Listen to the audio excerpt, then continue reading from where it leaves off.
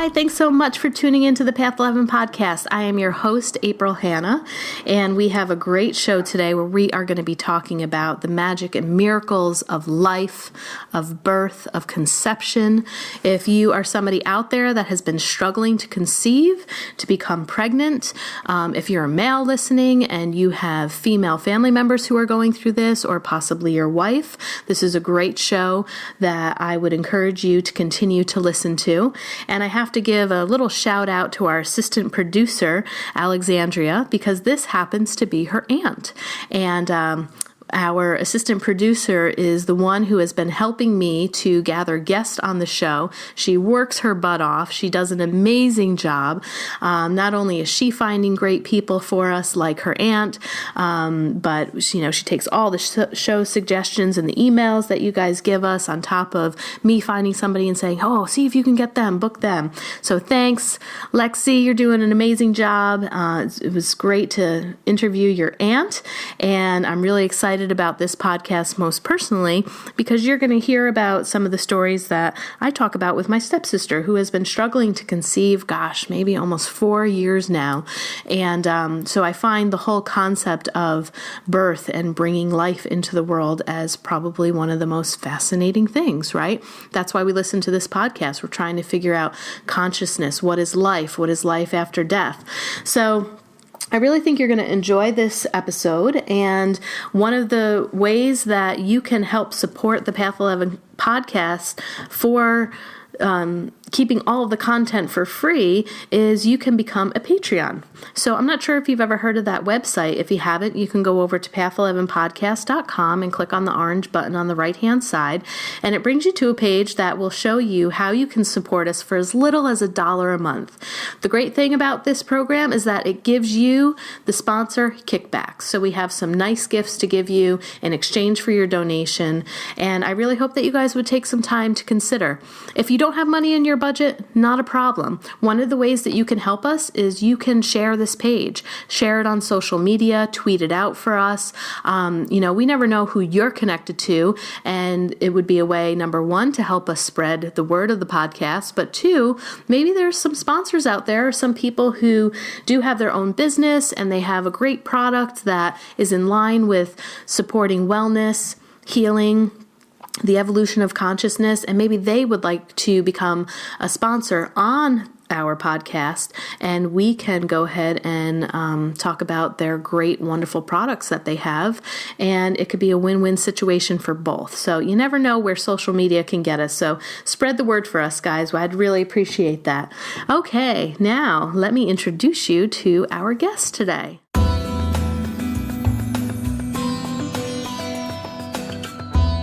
So today I am joined with Lisa Cartier. She is a women's health practitioner specializing in hormone balance, fertility, and birth. With over 15 years of experiences, she has empowered couples to have amazing birth experiences. She helps women connect with their inner resource to discover their true beliefs about themselves, their relationships, and their abilities to birth and parent their children. As a childbirth educator, certified lactation counselor, and a certified doula, she believes the journey into motherhood is a rite of passage and life-changing. She believes this passage should be celebrated and honored. Welcome, Lisa. Thank you. So this is going to be really the first conversation that we have really had about birth, which seems kind of strange to me because, Path 11, we are all based on spirituality, and we are trying to answer the questions like, why are we here? How come we're here? How did we get here? What's our purpose? And, birth is just such a miracle. So I'm really excited to have this conversation.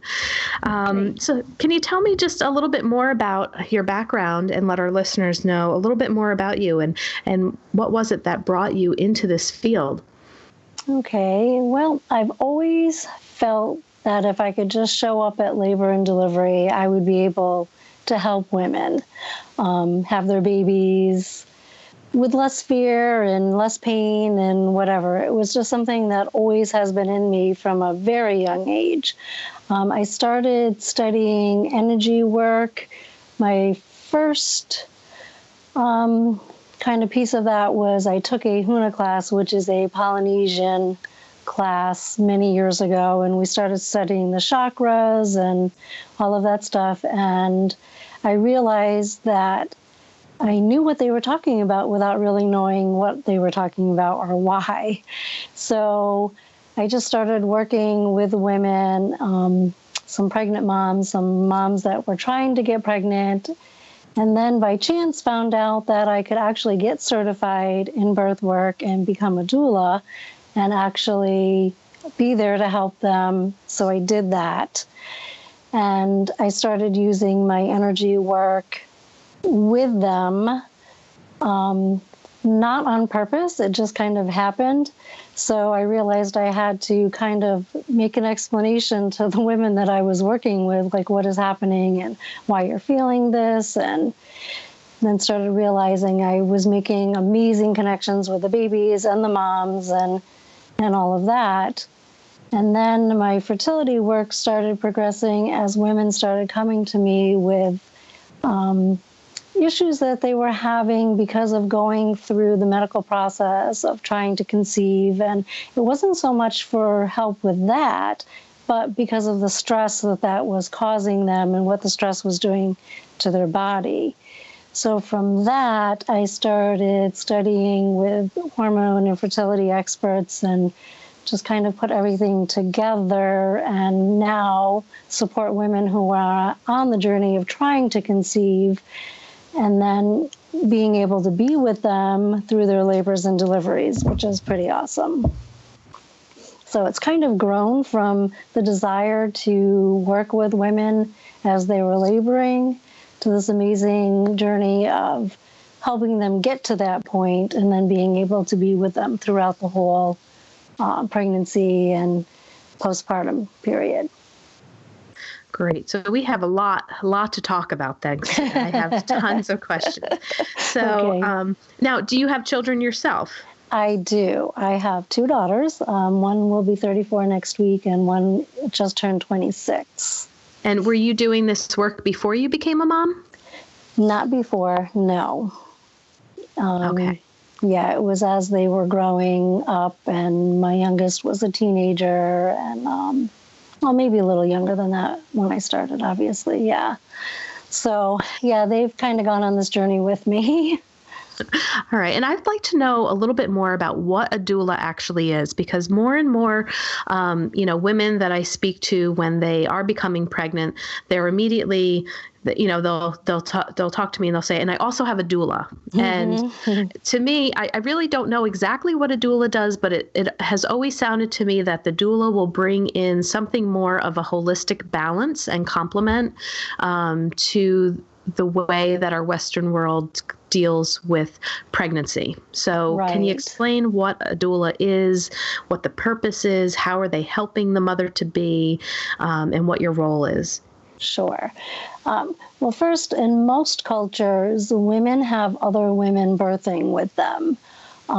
We do it kind of backwards. We kind of separate them from that and take that away from them. So a doula is there to support the mom emotionally, physically, and spiritually. Some families need more education about the birth process or care afterwards or whatever, so we definitely provide that. We provide with the knowledge of knowing like what the process is and what's actually going on with them during each phase. We can guide them through that whole process of, okay, where am I now? Why is this happening to me? How do I ease the pain for where I am right now? Giving them positional changes or just ideas of what can help, and also to kind of be there as a buffer with the medical profession. Like if they come in and say, okay, we have a concern about this, we feel we need to do this, we most likely will have talked about many scenarios prior to going into labor. But at the time, obviously, all of that kind of goes out the window because you're so in a position of needing to make decisions and can't really figure out what to do. So we can just say, okay, let's take a time out. Let's talk about this. Let's assess what we think is really going on. And, okay, what are your options? And then they can make decisions that better serve them rather than being pushed into a situation that they may not be comfortable with or may not actually be totally necessary in that moment. Also, it's great support for the dad so that he doesn't have to remember everything that's going on and everything that should be done and everything they need to do. And they can take a break if they need to and still know that the mom is going to be supported and not be left alone. So it's just support, and every family is different. And some need more, some need less. Sometimes they just need us there holding space and to assure them that they're doing great. And, this is the next step, and you can do it. So it varies from couple to couple. Now, you mentioned that, women used to help each other, to give birth. So can you educate me a little bit more on how has the birthing, just whole process and ceremony have changed over the years? Well, it's become very medical. And when it started being put into hospitals, obviously hospitals have a huge accountability, and a lot of their practices are, because of that, they have to make sure that they're not causing more issues or they're addressing everything. So it has become very medicalized. When more women were birthing at home and using midwives and things like that, their bodies were able to do what it knows it can do without any of the interference or interruptions that the medical profession puts on us. Like when you go into the hospital, generally you're in pretty good labor, and they, go through this whole process of getting you into the hospital, and it totally disrupts the woman's flow and can actually set them back, in time as far as how much they're progressing, kind of stops things. So there's certain challenges with, it becoming very medicalized. And, there is a time and place for that, for sure.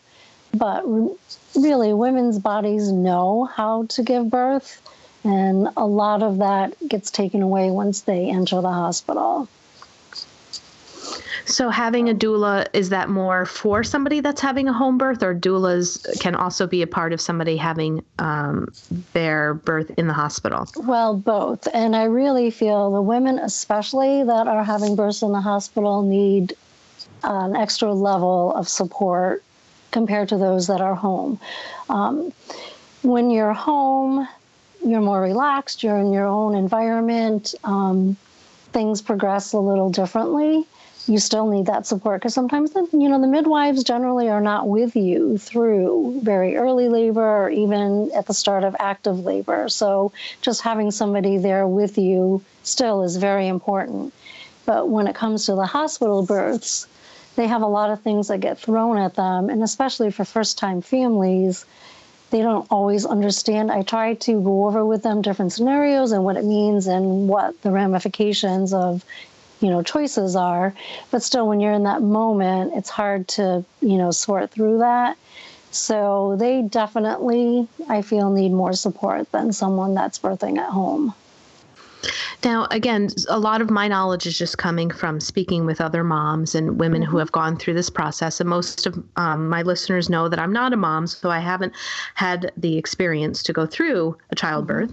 But one of the things that I've noticed is when some women are really contemplating doing the home birth, it almost feels to me that they get scared out of doing it because of what the medical community, they have to let them know what those risks are. And the risks, I always, it seems to be like just such a tough decision to make because I've seen so many women, have the midwife, the doula, they want to do this at home, but then that whatever the risks are, and if they're not in the hospital and they can't be treated medically, that I see a lot of women changing their decision closer to the last minute out of fear. Right, that does happen. And, we're taught to totally trust and hand over ourselves to the medical profession. So that's a natural thing for women to get to when it's really close to giving birth, because obviously they don't want to do anything to endanger the health of their baby. What I find happens a lot, especially With first-time moms, if they've decided, yes, they want to have a home birth and then at the last minute change to the hospital, the second time, they definitely opt for the home birth because they've realized they do have the power to be able to birth at home and they don't need to have that fear. But when you don't know what you don't know, it's very challenging to be 100% accepting that I'm going to be okay. So yes, that does happen. I'd also like to know what your opinion is about the high infertility rates. It seems like more and more women, and especially in, my generation, I'm 40 now, but, part of my passion to want to interview you too is for my stepsister, who has also been trying to conceive for years now. And, she would be considered a geriatric pregnancy for women who are over a certain age. But so many of my friends that were born around, the 70s seem to have had a really hard time conceiving. And what do you think that is connected to?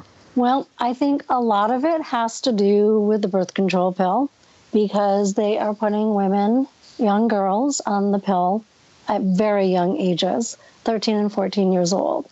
And there are a lot of repercussions from that. First, it depletes you of many, many nutrients. Second, it takes 3 years for your ovaries to even know how to function properly. So if they put girls that are 13 and 14 on birth control pill, their ovaries have not learned how to function correctly. So when they get into their 20s, 30s, or whatever and decide to have children, they're told, oh, they have no eggs and your ovaries are not working. Well, that's because, first of all, they're depleted of many nutrients, and second, they have not learned how to function correctly. And the other piece of that is our moms, if they were on the birth control pill, the effects of that still gets passed down through 3 generations. So if she was depleted from certain things, that depletion gets passed down. Also, our foods are an absolute nightmare. Anything processed, anything that's not whole is very detrimental to our health and well-being, especially for conception. And the stress levels that everybody is in these days is a huge, huge factor. When they become stressed, their adrenals get whacked. Once the adrenals get whacked, the whole hormone balance gets thrown off. And if they've been depleted for whatever reasons, and you add that to the fire, it becomes a vicious cycle. And it's very, very hard to undo that and bring things back into balance. So anything synthetic or not real or whole really is detrimental to the reproduction factor. When we're stressed and our body is not functioning correctly because of improper nutrition or depletions or whatever, the first thing to get thrown out the window is our reproduction because it's not a necessary function to survive. So that immediately gets shut down. Our body has to take care of our heart and our brain. And so that piece of the puzzle gets pushed to the side and says, okay, we don't have to do that with that right now. This body is not well enough to conceive a child and carry to term. So it shuts down for us. So there's a lot of factors involved with it. Yeah. Wow. Yeah. And so when a woman comes to you who is trying to conceive and, is not successful, what's your protocol? How do you start to work with these women? Because I am sure every individual woman has their own unique story and other things that could be contributing. But how do you help them? Well, I have a pretty extensive intake form that even goes into a lot of their mom's history, siblings' history, a lot of, different factors generationally, and also their lifestyles. It has to be a whole picture because if you leave out a piece of it and you don't address one part of it, then oftentimes it's still very unsuccessful. So I try to treat things emotionally, physically, and spiritually. So we go through the stress levels, we go through their lifestyles, we go through what foods they're eating. I have them chart their cycle pretty extensively, and we look for 3 factors and see how all those 3 pieces are fitting together. they have to track their temperature every day. And then I have them track their cervical mucus, and then I have them track it with an ovulation predictor. So to see where all three of those pieces are fitting into their cycle times. So in order to conceive, those three pieces have to be happening at the same time. Their temp has to go up, they have to have cervical mucus, and they have to be ovulating all at the same time. And once they ovulate, the mucus goes away, the temperature should stay high for a few days, and then it'll start to, go down after a few days. If it looks jagged, the temperature up and down, then I can determine, okay, we have some estrogen dominance, they probably need more progesterone or whatever. So we evaluate the cycle pretty extensively and look at their foods and the chemicals that they're using in their house. That's the other thing. The environmental factors today are huge in decreasing fertility. So, and they're usually pretty surprised at what some of their foods are and how much stuff is really bad that's in their foods. I have them go through their cupboards. I have them look at a lot of environmental things to see what types of toxins may be in their body. We do quite a few different assessments so we can kind of see the whole picture.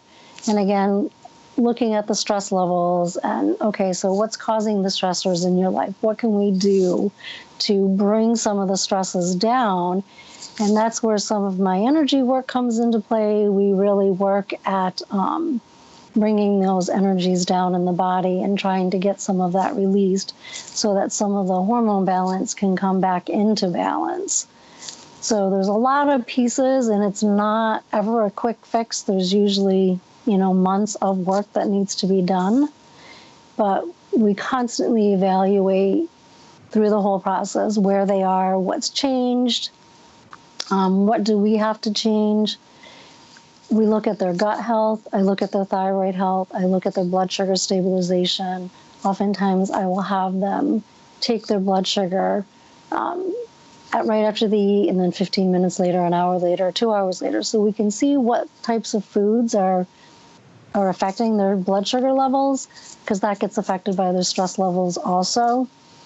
And I often will recommend hormone testing for them, but I give them a pretty specific list of what to test for, because oftentimes the tests that the doctors are doing, first of all, they do only the blood serum, which only test you for that moment right there. And obviously with our cycles, there's many different things going on, and some of the tests should be done at different times. So often I will try to get them to do some saliva testing or some dried urine testing so that we can actually test throughout their cycle to see where things are happening.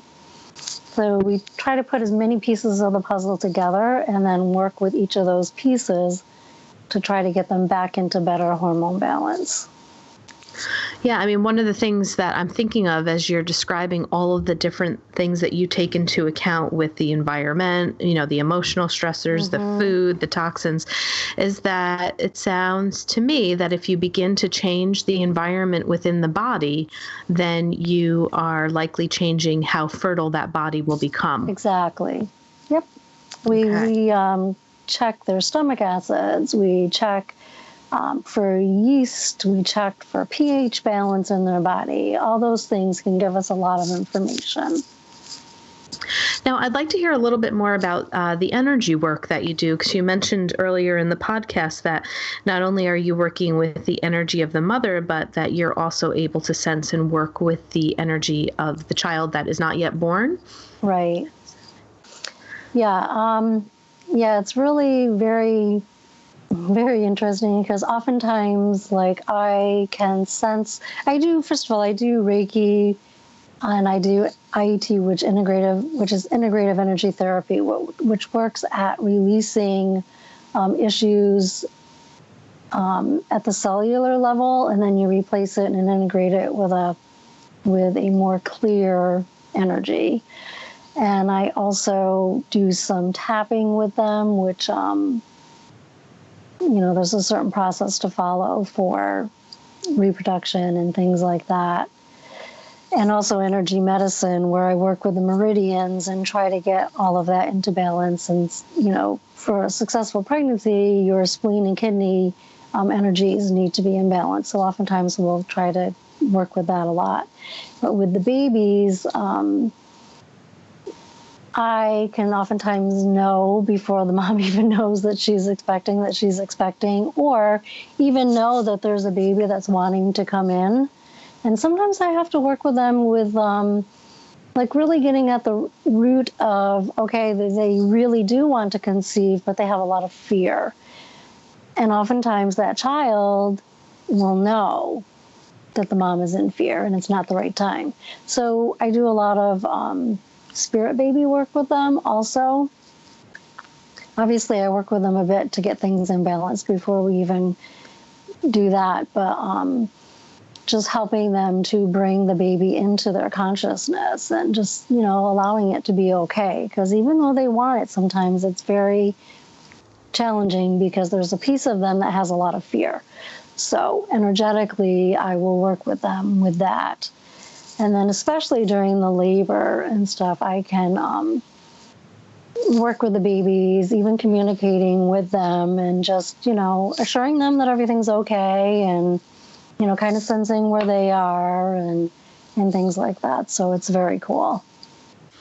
Yeah, I've had some pretty profound experiences working on pregnant women in my practice when I'm administering Reiki. And they're some of the most fun sessions that I've had because I have been able myself to be able to communicate with the babies. And I have a funny story to tell, and I don't know if you have a story that you'd like to share, but there was one woman, we kind of tease her a little bit because the baby was showing me, I was giving her Reiki, and the baby was showing me this really beautiful painting that had like reds and oranges in it, and he was saying how much he loved this picture, and so I was telling her, and I said, well, he keeps showing me this painting, and it's red and orange, and she starts laughing, and she's like, oh my God, I know exactly what you're talking about. It's a painting of two birds, and it's a sunset with red and orange and yellow, and I painted at the Paint and Sip. And she goes, and it's hanging right across from my toilet in my bathroom. She's like, so when I go to the bathroom, I look at it every day. And we were laughing. She's like, how the hell did you know that? And I was like, well, I don't know that. I've never been in her house before, but Right. And some of the experiences that I've had working on pregnant women with Reiki and getting communication from the babies has blown my mind. I know. It's really pretty awesome. Yeah. Do you have any story that you'd like to share about that, or one case in particular that was pretty profound for you? Well, I think that it's always awesome to be able, especially during the labor, to just connect with them and just, kind of see where they are, and then being able to, assure the mom that everything's okay and, the baby's just taking its time or whatever. I always like being able to connect with the baby so I can have a sense of where things are with them. And it's very interesting because then I can often say, okay, well, my prediction is around this time, this is when you're going to be delivering, because just having that communication is really pretty cool. But one day I remember going to see my friend who is a massage therapist, and I went to her office just to talk to her, and I said to her, okay, so what is going on? I see right over your right shoulder, there's this beautiful little girl with dark hair and this very ivory skin. Like, she's absolutely beautiful. And she's telling me, well, actually, she started giving me messages way before I even saw her with the mom. And because I would call her and I'd say, okay, Heidi, this is going on. What is up? And she'd tell me, and I'm like, okay. And I would get the messages from the baby that wasn't even conceived yet. So then this one time I went in and I saw her, and I'm like, okay, I see this little girl right over your right shoulder. She's like, but I'm not pregnant. I'm like, I don't know. I really think you are. You might want to go home and check. And sure enough, she was pregnant. So it was just so cool because I had, through the whole summer been getting these messages, and I would call her and say, okay, what is going? She's like, how did you know that this is going on with me right now? I'm like, well, I was told it. And then to actually see the little girl was very awesome. And she looks exactly like she looked when I saw her. So that was pretty cool. Wow, that's so amazing. Yeah. I was also wondering if you have any other story of maybe someone that you were working with, and I know for probably confidentiality purposes, you can't, obviously give all information or names, but I was just wondering if you ever came across a case that it seemed maybe close to impossible of a woman conceiving, just with maybe some medical issues that somebody had, but with your protocol and what they did to make the change, that it actually did happen.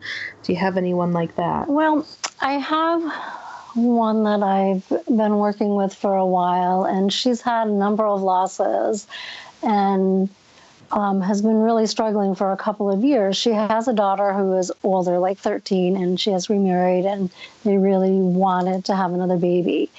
And, we went through our usual things, and she had a couple of losses while we were working, and I just really kept impressing upon her that I felt like she needed to have some genetic testing done.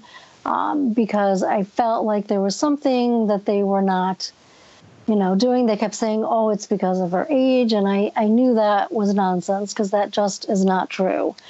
And so we did a lot of work. And then I just said to her, I really feel like you need to have this genetic testing done and, see what it is. And then we can go from there, because I feel like once we can correct this issue that I'm not sure what it is at this point, but there is something that they are just not, they just kept telling her, well, it's because of your age and you just have to keep doing this. And they wanted her to go through IVF. And I'm like, no, you're conceiving. There's something that's happening, with this process that they're just not looking at. So she's like, well, why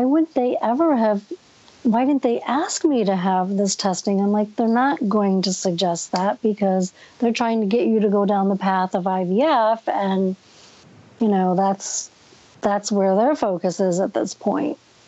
Or they wanted her to have a egg donor and all of this, which was pretty crazy, because she was conceiving and she really didn't have a problem conceiving. It just wouldn't carry. So she did have the genetic testing done, and she found out that she has the MTHFR factor, which is very somewhat limiting for conceiving. I mean, you can't have folic acid. It has a lot to do with your, histamines and how you methylate and all of this stuff. So she was like so happy to know that, but then very upset because she had gone through all of these losses and nobody had ever considered, figuring this out. And it was a pretty simple thing to figure out. It's a very complex thing to undo. So, working with her to get all of those factors, you can't really rectify it. You can only do things to make it better. So that has helped her health in general tremendously, because she feels so much better because she's doing the right things to support her systems, which is what was necessary. So we're still working on the conception part of it, because it's taken us so much time to get to where she was more balanced and feeling better. And I'm sure that will be coming. So. Wow. Okay. That was a big thing.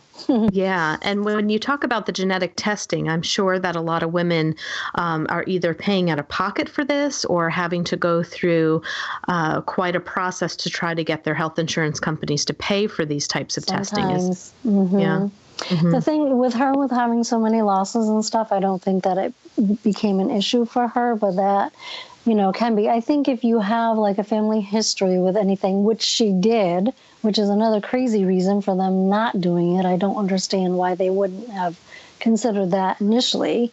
I don't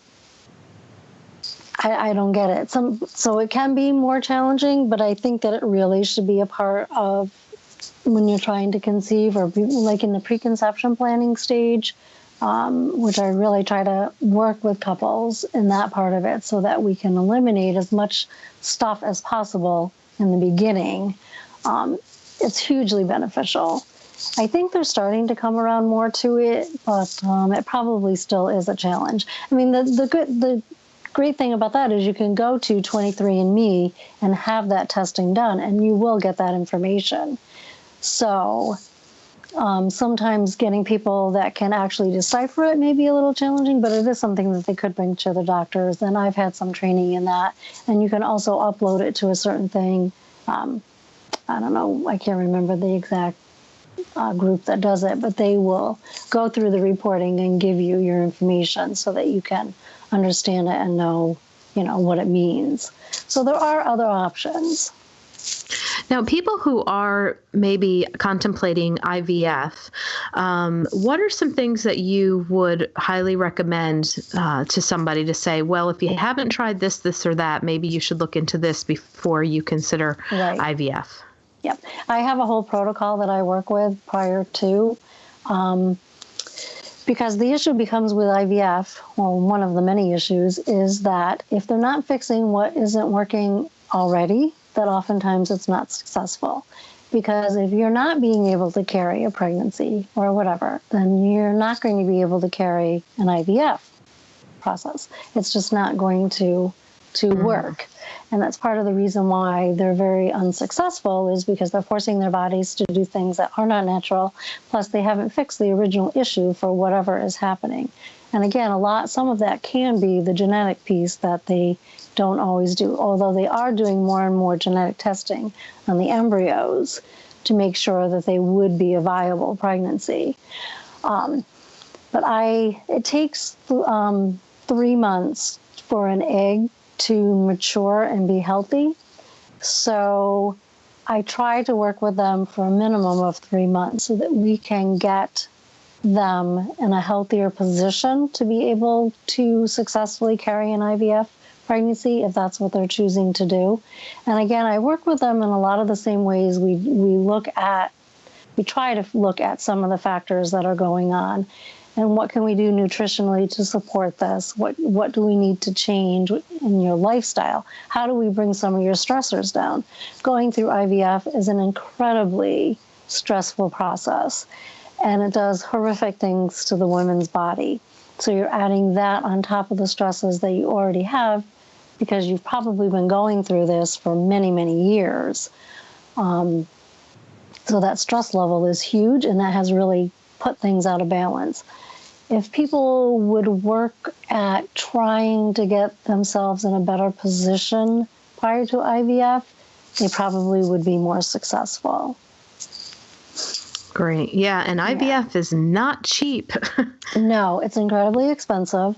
And I've had women come to me that have gone through like 7, 8, 9 sets of IVF procedures. So you can imagine what their stress levels are, what their financial levels are, and it's pretty outlandish.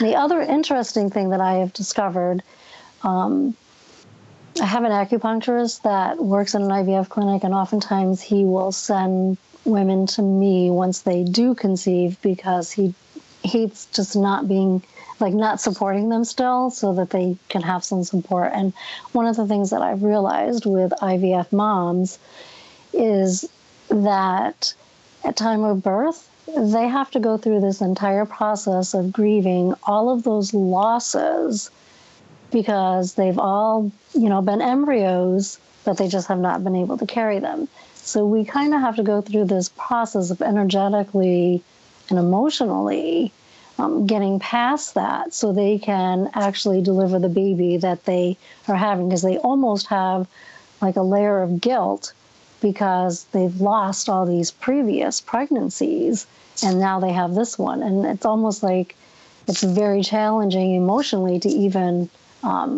acknowledge that and accept it because of all the losses.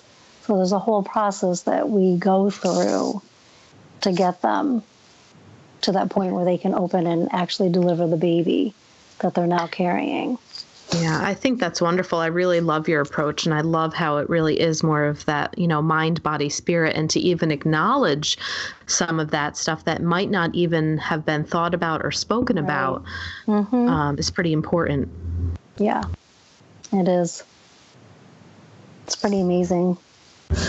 Now, we have listeners all over the United States, all over the world. You are based here in New York, and I do see on your website, the website is women'sintegrativehealthnewyork.com, that you do give complimentary consultations. Now, Correct. Is that only for people in New York? Because you might have people all over the United States. I have people all you. over. Yeah, I had a client from Anguilla once. So, yeah, no, I can work with them anywhere, actually. And even in the birth support, like just being able to work with them prior to the birth. I mean, obviously, I can't physically always be there with them as a doula if they're in another location. But what I can do is support them throughout the pregnancy and get them to a point where they're able to have an easier birth and train their partner or whoever is going to be with them, certain levels of support so that they do have support. So that's part of what I do also. And you can work with people over Skype and in different states. All right, wonderful. Ooh, good. I'm going to send my stepsister to you then. Good. I can't wait for her to listen to this. But that would be wonderful. And you also have a free ebook available on your website as well. Yep. All right. Great. Well, I mean, the work that you're doing is amazing.